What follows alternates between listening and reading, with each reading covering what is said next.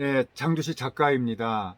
지금 일본에서는 그 반도체에 대해서 관심을 많이 갖고 일본에 지금 이제 공장을 많이 짓고 있습니다. 거기에 관련된 기사가 있어서 읽어보겠습니다.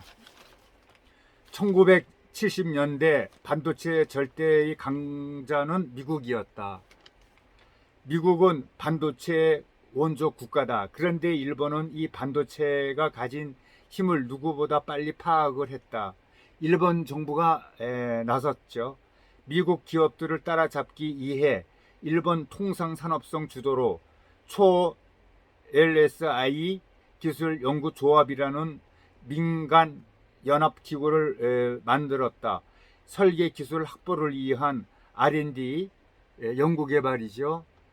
명목으로 일본 정부 예산의 0.1%에 해당되는 그 많은 돈을 후지스, NEC 등 일본 반도체 기업에 몰아주었다.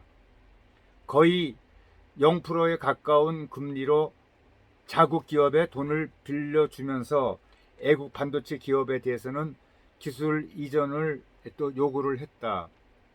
그 결과 1980년대 일본 반도체가 세계 최강이 되었다. 소니 창업자 모리타 아키오와 극우 정치인 이시하라 산토라가 노라고 말할 수 있는 일본에서 미국에 할 말은 하자고 할 수 있었던 것도 일본이 반도체 파워를 쥐고 있었기 때문이었다. 매출액 기준상이 세계 10개사 중에 6개가 일본 기업이었다. 더 이상 미국이 참고 있을 수가 없었다. 수포 301조를 동원해 일본 그 반도체 기업에 대해 보복 관세를 부과하고 일본 반도체 몰락을 촉발한 미일 반도체 협정을 체결을 했다. 그러자 일본 정부의 반도체 지원 2.0이 나왔다. 200억엔 규모의 차세대 기술 공동 개발 등 대규모 프로젝트를 가동하고 정부 주도의 구조 조정을 진행했다. 그런데 효과가 났다. 기업 경영 효율화에 방해가 된 것이다.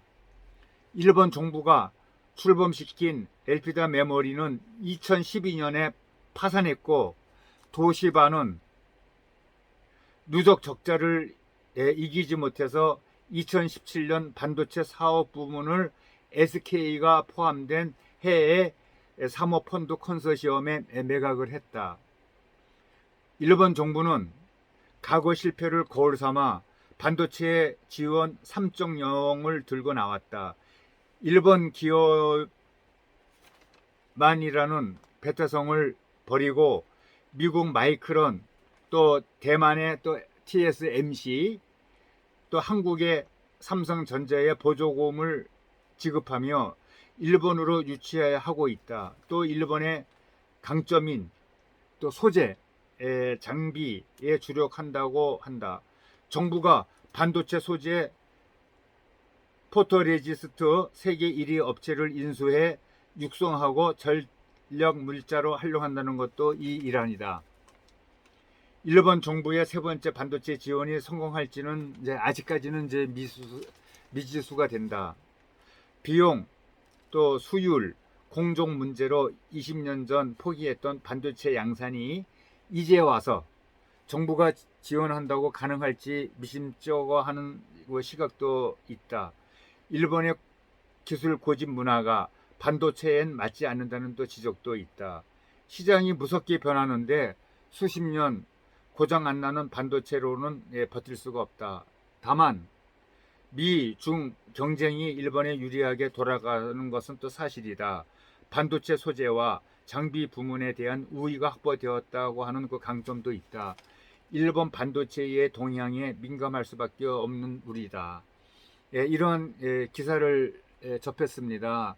그런데 일본이 이번에는 반도체 산업이 성공할는지는 여기 나와 있는 것 같이 이제 미지수가 되겠지만은 그것은 좀 어렵다고도 얘기할 수가 있는 게 일본에 가면은 일본 문화에는 아직까지 이 도장을 많이 또 쓰고 있습니다. 그런 것을 놓고 볼 때에 IT 산업이 우리 대한민국보다는 뒤떨어진 것이 또 사실입니다. 과연 이번에 일본의 그 반도체가 성공할런지는 지켜봐야 되겠습니다. 감사합니다.